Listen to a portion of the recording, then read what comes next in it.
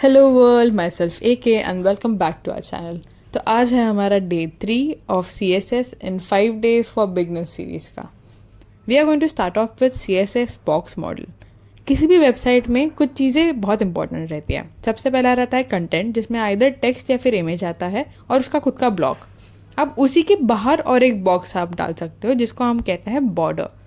जो स्पेस रहती है बॉर्डर और कंटेंट के बीच उसको कहते हैं पैडिंग, और बाकी जो आजू बाजू में रहता है उसको कहते हैं मार्जिन। नेक्स्ट हम सीखेंगे बॉर्डर स्टाइलिंग। तो हमारा जो एपिसोड 2 था CSS का, उसमें हमने देखा था कि बॉर्डर कैसे लाते हैं, फिर अलग अलग साइड पे अलग अलग बॉर्डर कैसे ला सकते हैं। अलॉन्ग विद दैट हमने सीखा था बॉर्डर रेडियस कैसे लाना है। आज हम सीखेंगे उसको और स्टाइल कैसे करते हैं। तो यहाँ पे मैं यूज़ कर रही हूँ P, दैट्स फॉर पैरा। इसमें हमारे पास दो ऑप्शन है, या तो मैं क्लास यूज़ कर सकती हूँ ID, या फिर डायरेक्टली P ले सकती हूँ स्टाइल टैग के अंदर। क्लास के लिए आपको बेसिकली क्लास लिखना है, नाम लिखना है। स्टाइल में आपको डॉट, जो भी नाम लिखा है क्लास का वो।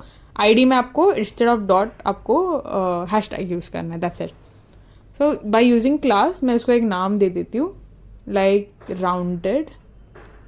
ओके, तो अब हम जाते हैं हमारा जो मेन हेड सेक्शन है उसके अंदर मैं डाल देती हूँ स्टाइल टैग। स्टाइल टैग के अंदर मैं डाल देती हूँ डॉट राउंडेड, फिर कर्ली ब्रैकेट देके उसके अंदर सबसे पहले हम ऐड कर देते हैं बॉर्डर। जैसे हमें पता है बॉर्डर के लिए पहले तो मुझे उसको एक px में वैल्यू देनी है, फिर उसको किस टाइप में का चाहिए वो, एंड कलर। अगर मैं अभी रेड दे रही हूँ, नहीं डाला कलर, तो आपको डिफ़ॉल्ट ब्लैक में आएगा।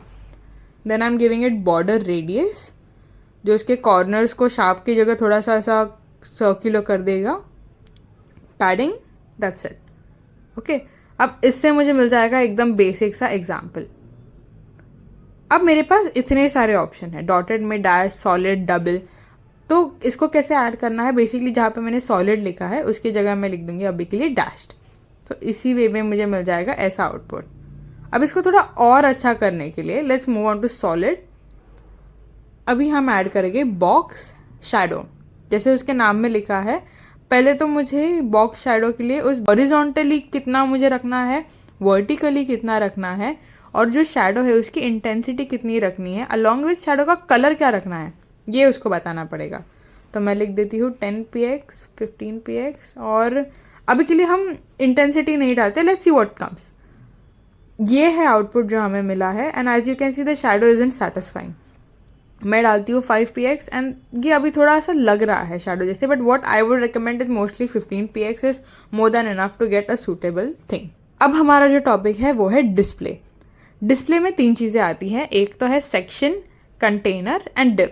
Section is nothing but left से लेकर राइट तक पूरा जो कंटेन करता है उसको हम बोलते हैं सेक्शन। कंटेनर जो रहता है वो सेंटर में आता है। डिव जो रहता है वो एक ब्लॉक रहता है जो फ्री रहता है। बेसिकली आपका जो कंटेनर है वो भी डिव हो सकता है।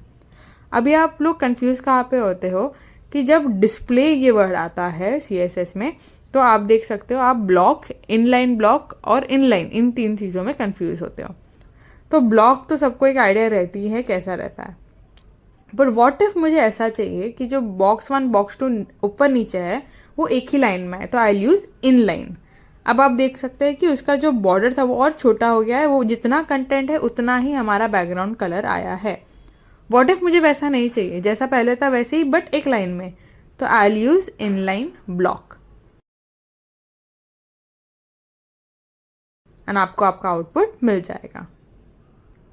Now we are going to learn is positioning. किसी भी आइटम, किसी भी टेक्स्ट या इमेज को कैसे पोजिशन करें, उसके लिए हमारे पास बहुत सारे ऑप्शंस रहते हैं। सबसे बेसिक जो ऑप्शन रहता है, अगर मैं स्टार्ट करना चाहूँ, तो वो रहेगा position and then static. Okay, अब ये हमारा सबसे डिफ़ॉल्ट वाला बोल सकती हूँ पोजिशन है। अब ये हमारा डिफ़ॉल्ट पोजीशन है, इसमें आपका जो भी फ्लो है पूरे वेबसाइट का वो नॉर्मल रहेगा, ज़्यादा कुछ ऐसे चेंजेस नहीं आपको दिखेंगे। अब जो नेक्स्ट हम यूज़ करेंगे वो है एब्सोल्यूट। एब्सोल्यूट क्या रहता है, ये कम्प्लीटली डिपेंड करता है अपने पेरेंट पे।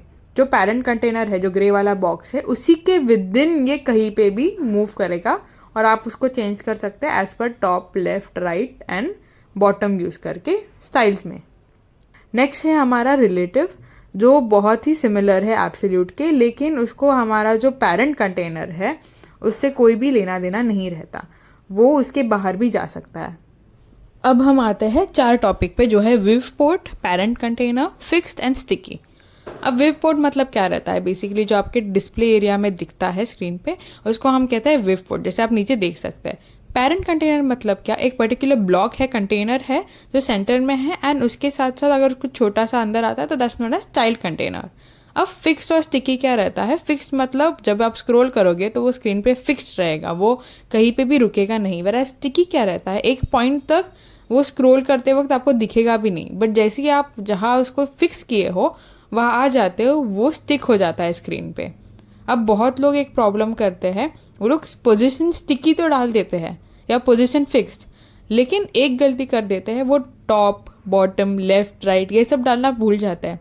अब उससे प्रॉब्लम क्या होती है, जब आप उसको सिर्फ पोजीशन स्टिकी दोगे तो वो काम नहीं करेगा, क्योंकि आप जो टॉप बता रहे हो वो पूरे डिस्प्ले से टॉप में कितना आना है ये नहीं बता रहे, आप बता रहे हो कि पेरेंट कंटेनर से कितने टॉप पे आना है, which is actually making it sticky.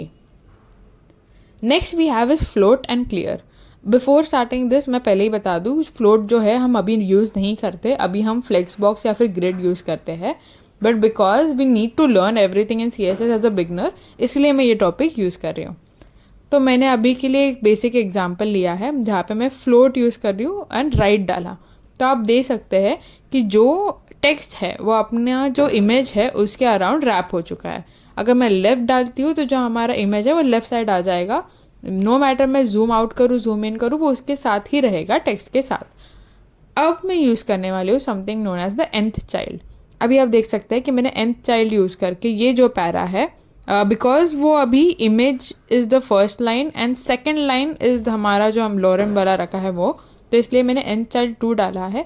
आप देख सकते हैं कि यहाँ पे जो अगर मुझे चाहिए कि जो लाइन है वो और जो इमेज है वो अभी रैप ना करे बट बाकी की चीज़ें करे, so I basically want float, but मुझे चाहिए कि वो एक हाथ लाइन पे ही आए, तो what I can use is I can use clear for that. अगर मुझे चाहिए उसके नीचे वाला तो I can use nth child 3। एक प्रॉब्लम आता है अगर मैं इसको फ्लोट को राइट कर दूँ, ओके मैंने तो डाला था कि हेलो वर्ल्ड को रैप नहीं होना चाहिए बट सिर्फ लेफ़्ट साइड पे, तो अब मैं क्या करूँ, आई हैव 2 ऑप्शंस। आइदर मैं अभी क्लियर राइट डाल सकती हूँ जो बेसिकली मेरा आउटपुट बराबर दे देगा, but again which will create the problem अगर फ्लोट लेफ्ट पे डाला तो, या तो मैं डाल सकती हूँ clear both. Okay, so this is how we can solve this problem. अब लोग कंफ्यूज होते हैं 2 चीज़ों में, एक तो है इनलाइन और फ्लोट में फ़र्क क्या है। देखो बेसिकली दोनों भी साइड बाय साइड ही लाएंगे चीज़ें, बट जो इनलाइन है वो टेक्स्ट को साइड में लाएगा, वेराज जो फ्लोट रहता है वो इमेज या फिर जो लेआउट है उसको साइड बाय साइड लाता है। तो that is it guys for today and I hope आपको वीडियो अच्छा लगे। कुछ भी रहे प्लीज़ मुझे सजेशन में बताइए नीचे कमेंट बॉक्स में, and make sure you like share and subscribe. Thank you.